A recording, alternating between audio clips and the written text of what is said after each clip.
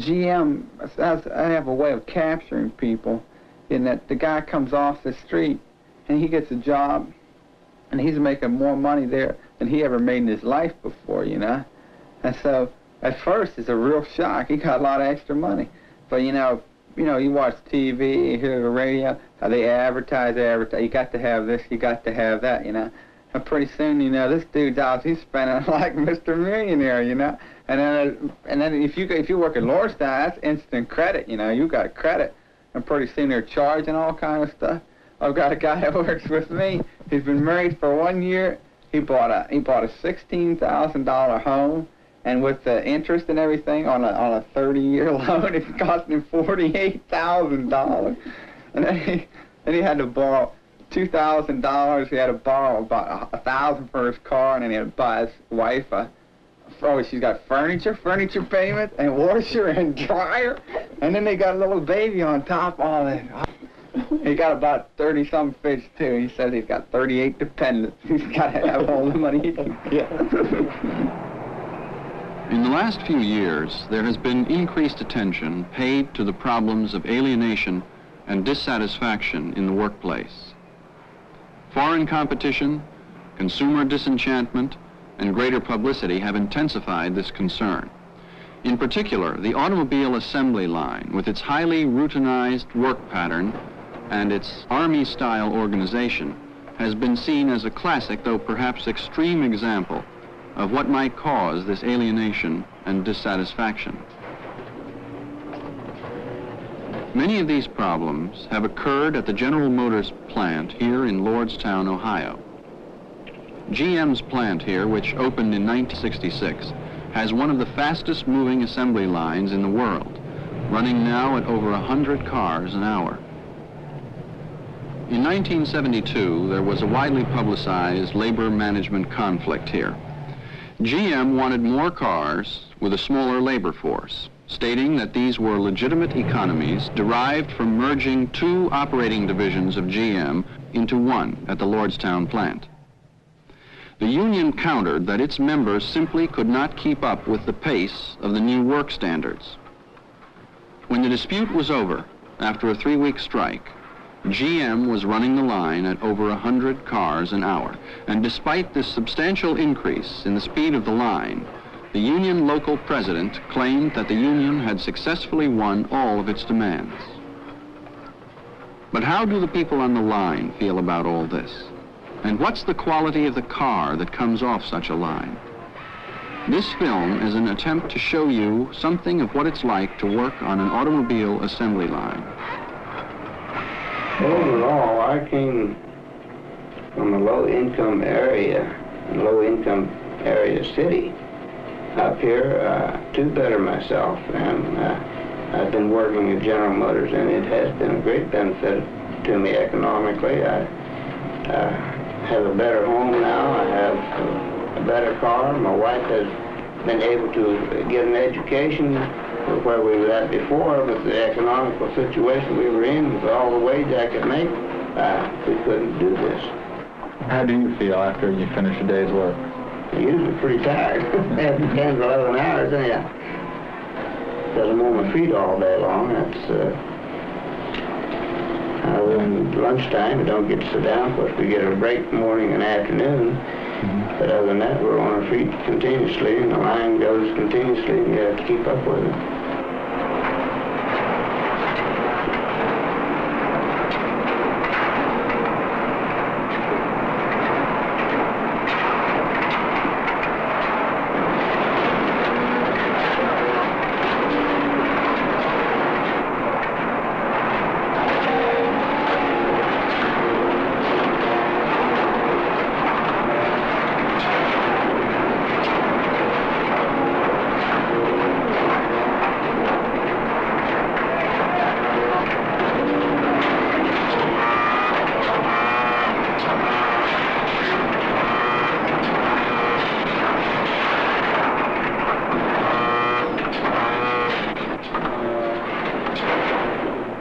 Like sort of going to school, and you know how boring school was, you know.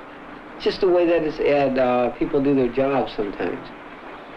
It's not every car, like they'll start out, you know, working real good, Then if a guy gets disgusted, he'll just screw off. Like if you ain't got nobody to talk to, he'll just be there getting border and border and border, and he'll get disgusted. And then they start screwing their jobs up. Did you ever pass them along without doing the job? Yeah, I have. I'd get mad at the foreman and we'd get pissed off and argue about something and I'd do it. Or I couldn't get, you know, something wouldn't work in right, I'd just leave it go. Or I'd be put, like when I was ARO, I'd put on a job I didn't think was mine. I think it should be another ARO job. I'd screw it up and the foreman would come up and start bitching and pass his time away. You know, to argue with the foreman or something.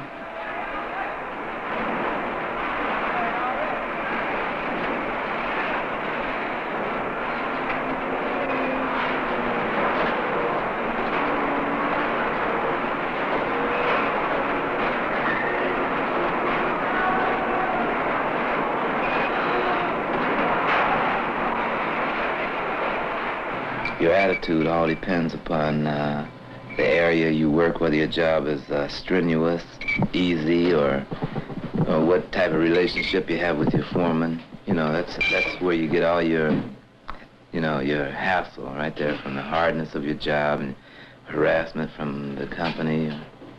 You have a fairly easy time with your foreman and fairly easy job.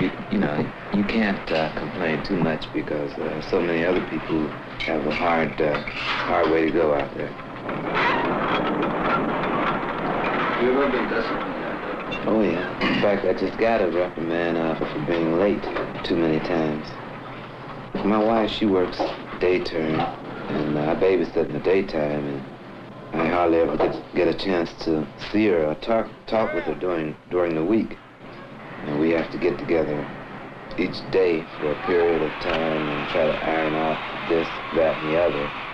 And sometimes it runs into overtime. And, you know, even though the job is my livelihood, I still have to put my family in priority. Because without the family, I don't think I'd have any reason to stay any longer at General Motors. In fact, I just wouldn't. If I didn't have a family, I wouldn't be there.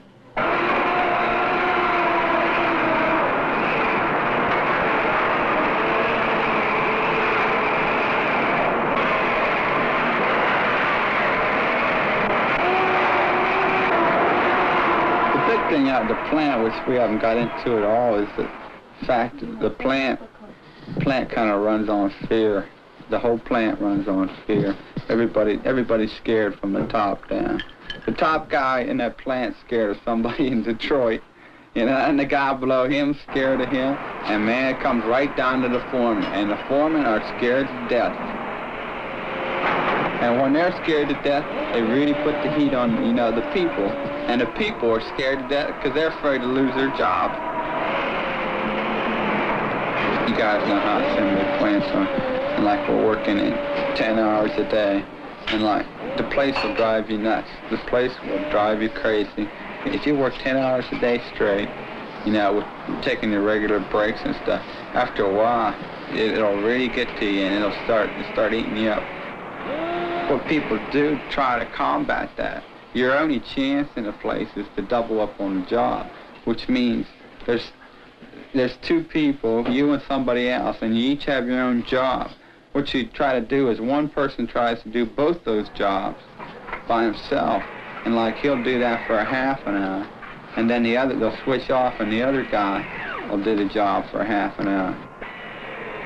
But you just can't do it, because if you do it and you goof up one of the jobs, you know, just a little bit, goof up one of the jobs, the foreman's going to be up on you and saying the reason that the jobs are screwed up is because you're doubling up.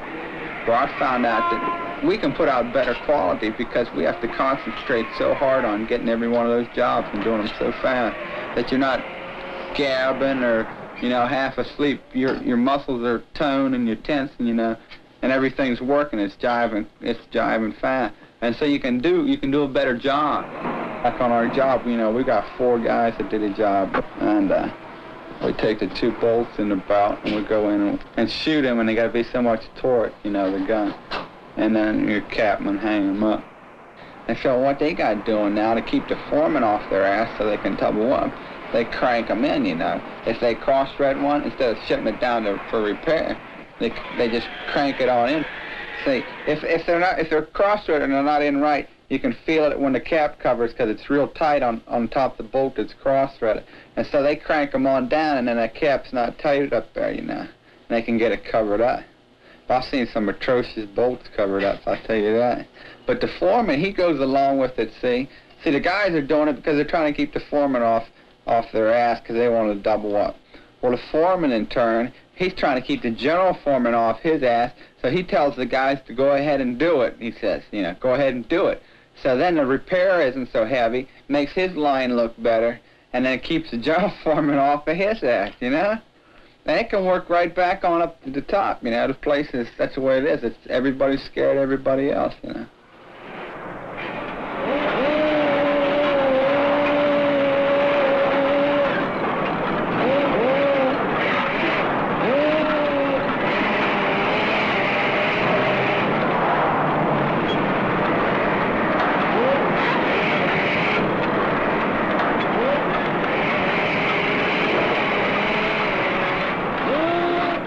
Line foremen, in some ways, have one of the most difficult and frustrating jobs in the plant.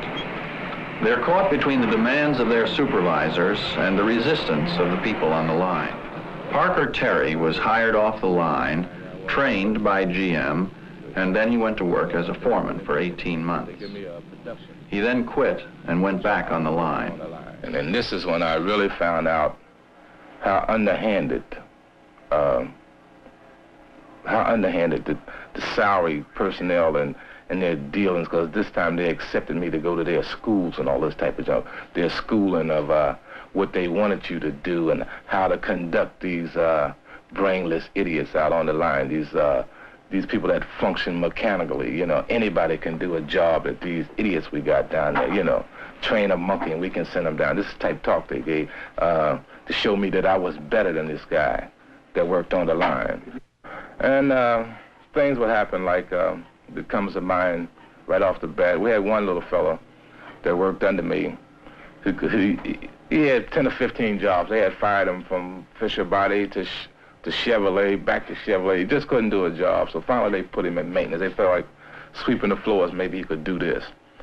Anyway, this fella, they had a hard-on for him, I guess you want to call it. And every day they would come to me, even though this fellow would do the job that I would tell him to do. He had done nothing to me. Everything I asked him to do, he had done. But this one general foreman had a thing on for him. So he'd tell me, if you want your job, you get rid of that SOB, you know. So I says, no way, I'm going to do it. He says, like I told you, if you want your job, you get rid of him. And this would take us into a thing. We'd argue, so forth and so on. Like in the body shop, for instance. We have a gate load and a gate unload, which puts the car together, so to speak, you know.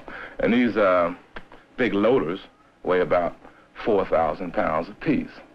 And sometimes they would hook up or get locked together, and you'd only could move them manually. So they'd call me for my sweepers, not my laborers, because we didn't have laborers. Called me for my sweepers to come down to move these big gates and hold them and all this type of junk. Quite naturally, I got negative reactions from my people, you know. They didn't want to do it. I had to give direct orders to get this type of job done. And we're down there trying to get this particular day when this thing happened, trying to get these gates moved, so and so on. One man flatly refused to do it. And I laughed. You know, and I said, I don't blame you, because I wouldn't move this contest either, you know. So this general foreman is standing there. He said, that's what's wrong with you people now. He said, you don't want to do nothing. You don't want to tell nobody to do nothing. And I said, that ain't what's wrong with me. I said, I'd be damned if I'm going to tell somebody to do something I won't do. And me and him got into a hassle. So I was upstairs or a higher office, always on the carpet for things like this, you know, talking back to my superiors for giving me orders that I didn't think was right. Mr. McGuire has worked as a foreman and general foreman in GM plants for 20 years. He being a member of management, he has to accept this because he is a member of management. He has to accept this decision. So therefore, he is part of the decision. And the change or what have you that might disrupt the rapport with his people and so on, he cannot let the people know that he is in agreement with them. If he is in sympathy with the people, he's dead as a foreman or as a supervisor. He's lost the ball game as far as conducting his job satisfactorily as a member of management. GM and the other U.S. automobile companies are able to pursue this kind of personnel policy in their assembly plants because they can so easily replace the people who work on the line. It takes maybe half a day to learn one of the jobs on the line, and there's a long list of applicants. In the short run, then, there's little incentive for these companies to deal constructively with the problems of labor morale created either by the dullness of the work or the approach to supervision.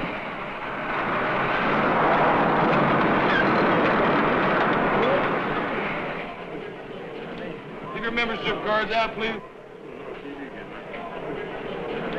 Give your membership cards out, please. Yeah, well, with all the other cards, you might as well dig for that one, too. Have your membership card? The only thing which stands between management and the people on the line is the union, the United Auto Workers. I got a badge. I got a membership card right here for not getting a badge for God. That's all right, man. That's all right. Come right on up. Come right on in. Come on in. Thank you. Appreciate your really Dick June for Executive Board. Appreciate the support. Thanks. Good man. Ryan Price, chairman of the local shop committee, is an elected union official. I don't know in the immediate future there is an entire solution in getting away from a governmental institution, whether it's the Marine Corps that I spent a little time in, or as a prison guard. I know a little bit about the parole systems there and the treatment of prisoners, how they're not allowed to make decisions, how when they're told to go to lunch, when they're told to go on a break, they're told they can't go home early. I don't know if there's an ever-ending solution to that, to compound management's problems along with the employees' problems, that they have to have some semblance of a workforce. They have to have so many people there to build a car, basically qualified, with some limited training. I don't know if there's a total end to it other than trying to treat people like you would treat your friend or you'd treat your next-door neighbor. And it has to be them. They're the ones that have to start setting a cordial and friendly attitude. They set the tempo in the plant. The union is a reactionary force. We are the policers of the local and national contract.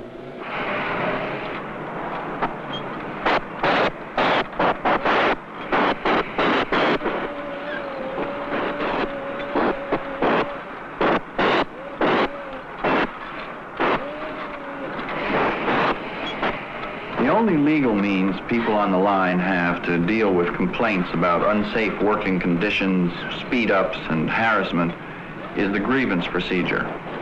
If someone has such a complaint, he is allowed to have a written record submitted by the union to management. Unfortunately, it takes about 3 months on the average for a grievance to be settled. Often, grievances, instead of being settled on their own merits, are traded off by the union in return for reduced disciplinary actions by the company. Since the grievance procedure takes so long and is so uncertain, people on the line often try extra-legal means to bring about changes in the plant. See, we've got the contract that says no illegal walkouts and strikes and baloney like that. But GM will break the contract about 20 times a day, you know. That's in our area. I don't know what they do in the rest of the plant, you know. Like where we work now, we don't have any air coming into our area, you know. You know how the humidity is, and it gets really hot, about 90, 100 degrees in there real fast. The committee man, he comes down and he says, today what we're going to do is at 3 o'clock, this is a couple days ago, at 3 o'clock, we're all going to take our shirts off, because that's the plant rule. You got to have your shirt on. You can't take your shirt off at work. He says, we're going to all take our shirts off. And then later on that day, he came back and says, no, they're going to bargain with us, you know. And so we're not going to do it, you know. I says, okay. I says to him, man, I says, if we want to get that ventilation in, let's all go sit down for an hour. Let's not take our shirts off, you know. Let's just go sit down on the railing, you know. And see, you can take your shirts off, you can take your pants off, you can work in your underwear, you know, but the cars are still being made and they're still going off the line, you know. And all we're getting is laughed at, man. We're fools for doing it. We had about 20, 30 guys ready to go, you know. But then McGee come back down, you know, the committee man, and he went back, you know. The union, they said if we went over there, and, you know, GM would probably fire us and all, they'd throw us out, you know, because they can afford to knock out 20 or 30 guys. It's nothing, you know. And they said that, you know, they wouldn't have anything to do with it.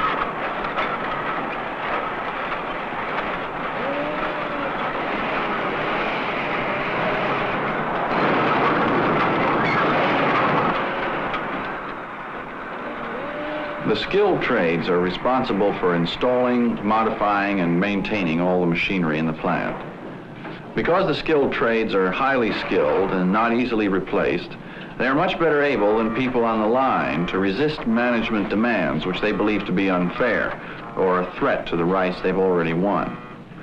In fact, for much the same reasons, the skilled trades appear to have considerable power over the union, and it is their demands which have on the whole been successfully negotiated into the GM UAW contract. Tom Garter has been working as a skilled tradesman in the plant for the last 3 years. But I think, for the most part, skilled trades tend to think of themselves apart from the production group. And traditionally, they've usually held a majority of union offices.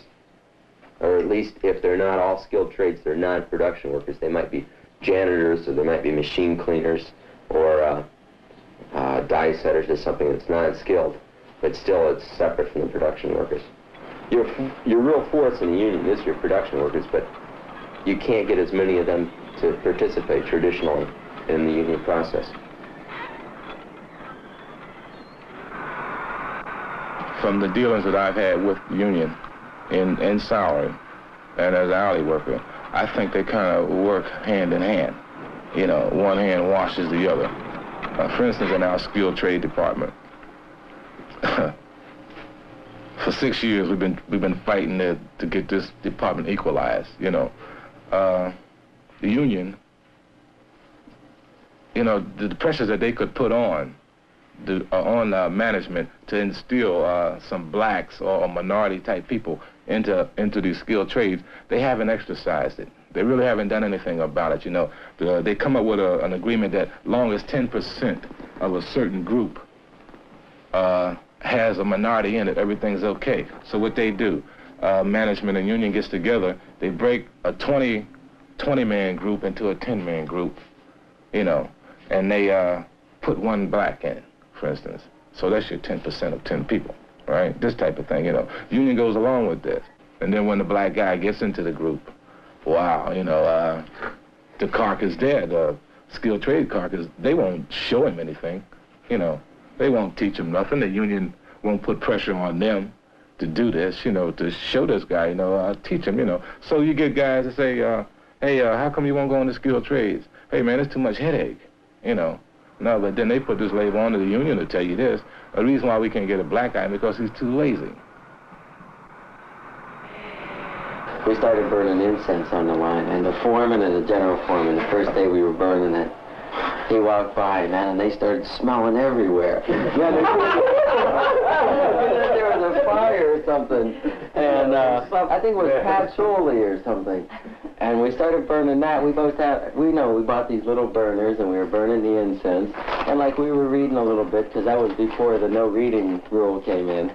And we were really getting into our work, and like, you know, we were both going to school.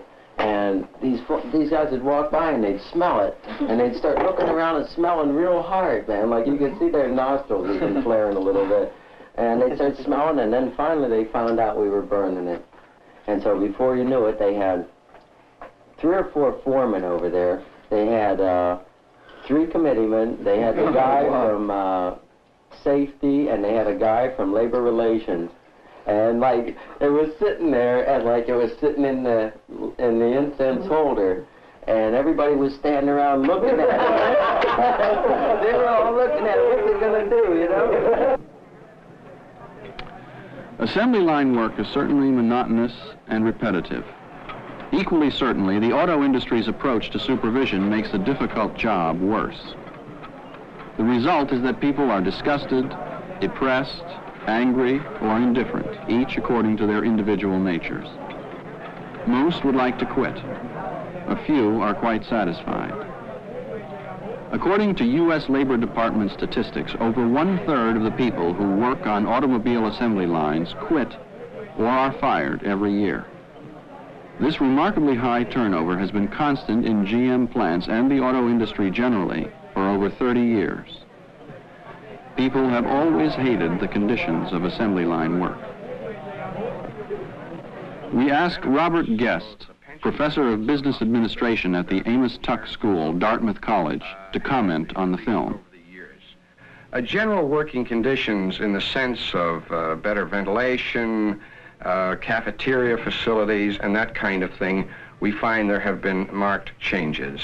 There have been some changes in the technology. There are some operations on automobile assembly lines today that are automated that were not automated before. Not too many of them, but there are some.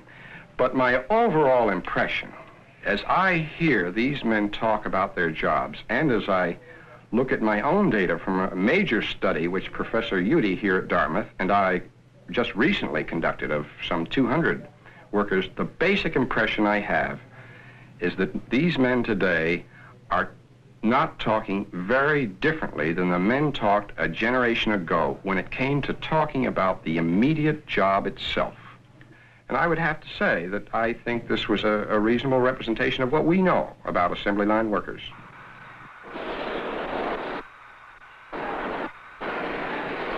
The atmosphere of assembly line work affects not only the people who work on the line, but also the quality of the car the consumer buys. Professor Guest estimates that the number of people hired as repairmen on the line has increased by as much as 30% in the last 20 years. John Ullman, professor of business administration at Hofstra University, estimates that the cost of repairing a new car in the first year has increased by over 50% since the 1950s. Ullman also estimates that productivity in the auto industry has decreased by at least 15% since the early 60s. All these figures mean increased costs in building a car, and of course, these costs are passed on to the consumer along with the car. The question then arises, what is being done by auto companies to deal with these problems? Publicly, GM states that they are concerned with the problem and are studying it. GM also states that the problem has been exaggerated and that only a minority of their employees are dissatisfied. Some of GM's competitors are somewhat more candid about these problems of labor morale. However, these companies' efforts to deal with the problem substantively seem insignificant when compared to its magnitude and duration.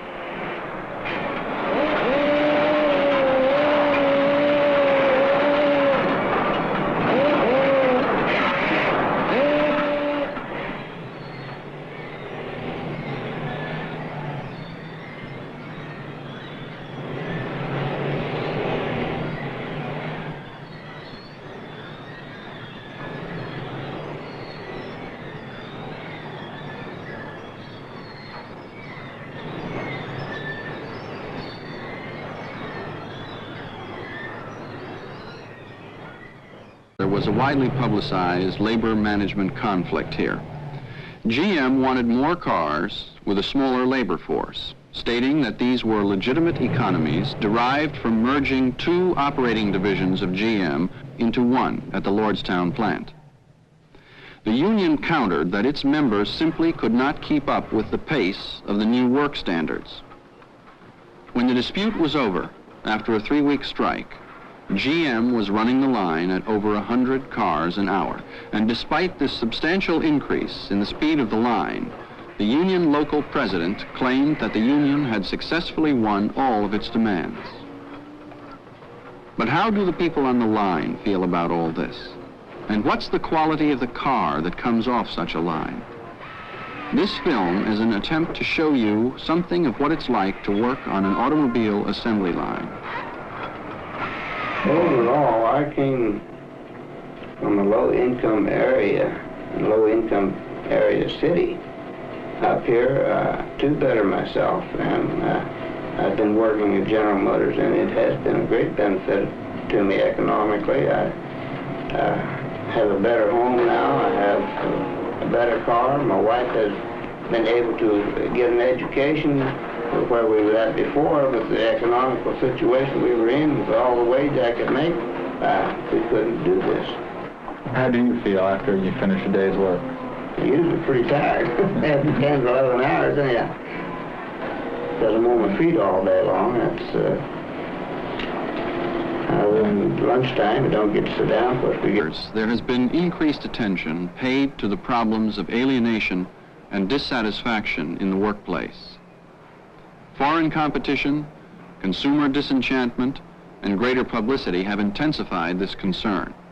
In particular, the automobile assembly line, with its highly routinized work pattern and its Army-style organization, has been seen as a classic, though perhaps extreme, example of what might cause this alienation and dissatisfaction. Many of these problems have occurred at the General Motors plant here in Lordstown, Ohio. GM's plant here, which opened in 1966, has one of the fastest moving assembly lines in the world, running now at over 100 cars an hour. In 1972,